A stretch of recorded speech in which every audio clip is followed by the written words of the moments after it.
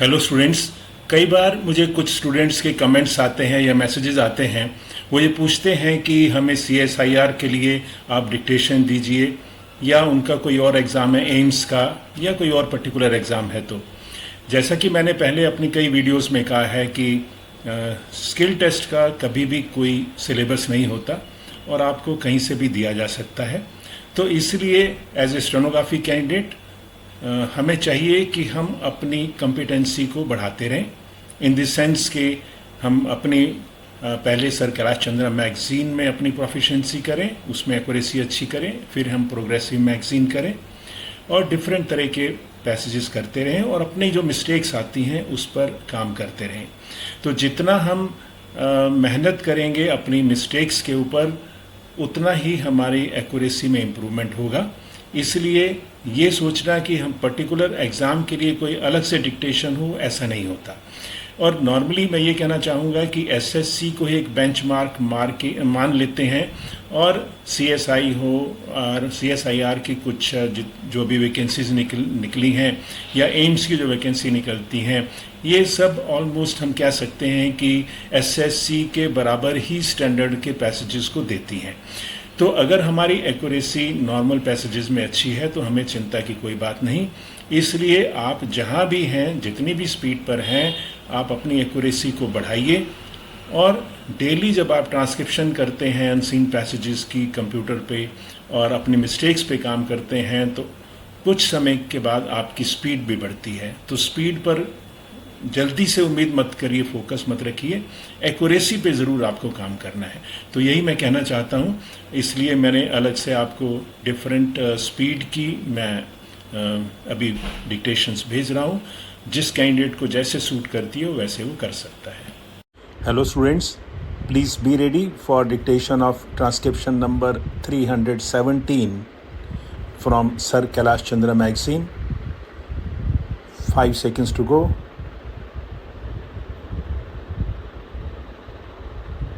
Start.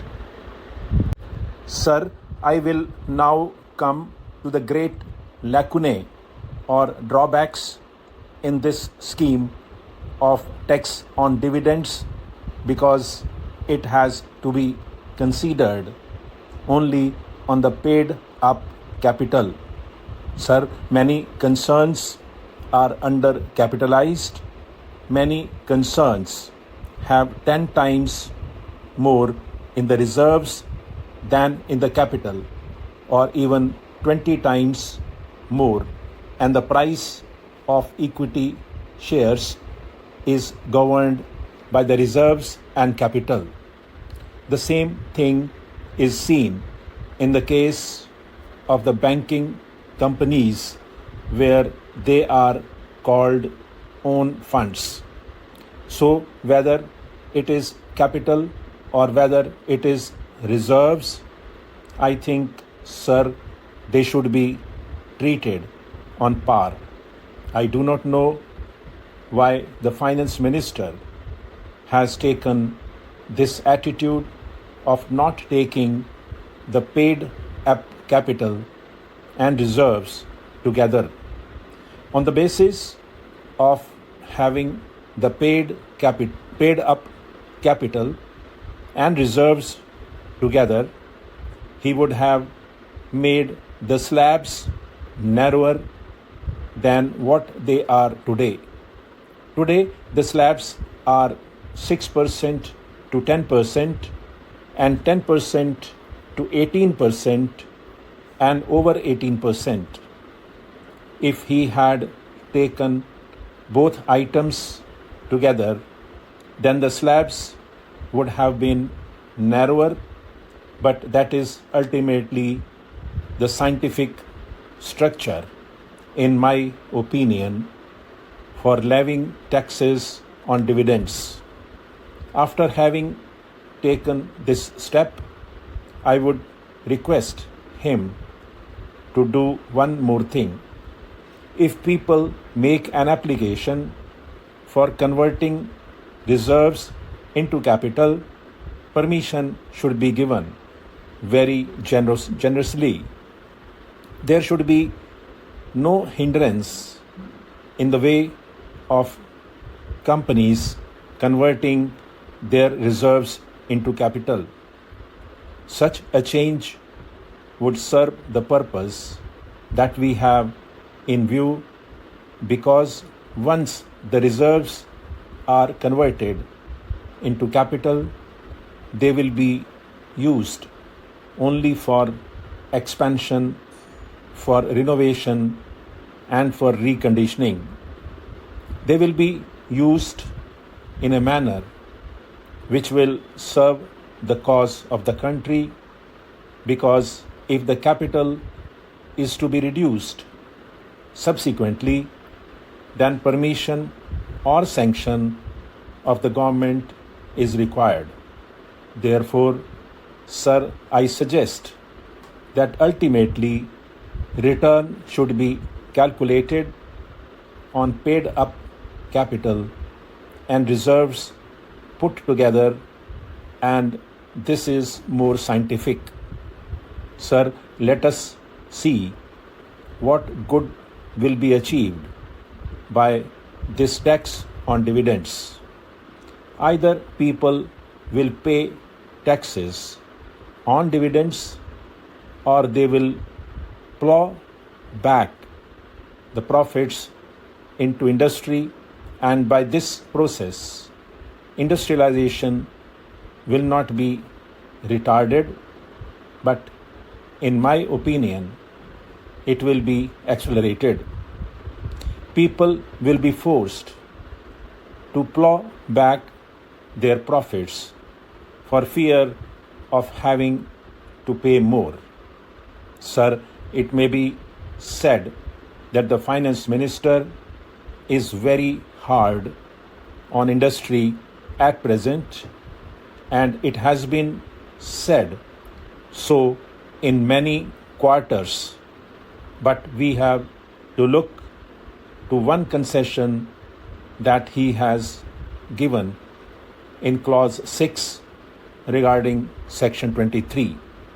He has reduced the percentage of distribution from 60 to 50. I think, sir, this is a very welcome feature. This was overdue, because if industrial concerns want to plow back the profits for expansion or for reconditioning and renovation, they should be allowed to do so. This gives us an idea about his inclination, which is that the country should be industrialized at a fast pace, and on this account, he has given this concession. He is giving exemptions in certain cases in order that the concerns may expand by not distributing any dividend. In giving such exemptions, I hope he will be very generous. Now, sir, I would come to the third point about depreciation allowance, development rebate, and compulsory deposit. This has been a very controversial point amongst the industrial and business circles, and rightly so. In the bill, as it has been drafted, government have taken too much power for asking concerns to deposit a percentage on account of profits and gains before the 30th of June if certain conditions exist regarding reserves, fixed assets, and so on. He has done this with a purpose, and I quite understand it, but the way in which it is put is simply embarrassing to those who are carrying on business and industry. He has assured us that he will use this power in the most liberal manner, but that assurance could very well have been implemented by having some changes in the clause which has been brought before the House, because this deposit has to be made before the 30th of June. Because it has to be made before the 30th June, you know that 90% of the concerns are borrowers, and a borrower cannot be asked to deposit earlier. Therefore, 1 month before, let him know that so much profits and reserves would be exempted. A borrower cannot be asked to make a compulsory deposit. Sir, although the Honorable Minister has assured us that he will be very liberal in this connection, I feel that it should have been in the bill itself rather than in the rules, if he at all means that. As regards working capital, no mention is made that the genuine needs of working capital will be provided in this rule for compulsory deposit, because when the concern requires working capital, it should be fully provided. Stop.